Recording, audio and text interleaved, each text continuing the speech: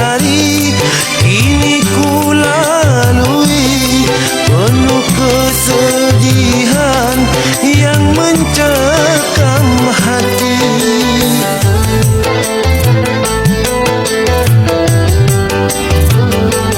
Semenjak diriku tak punya kekasih, hidupku tiada bergairah lagi.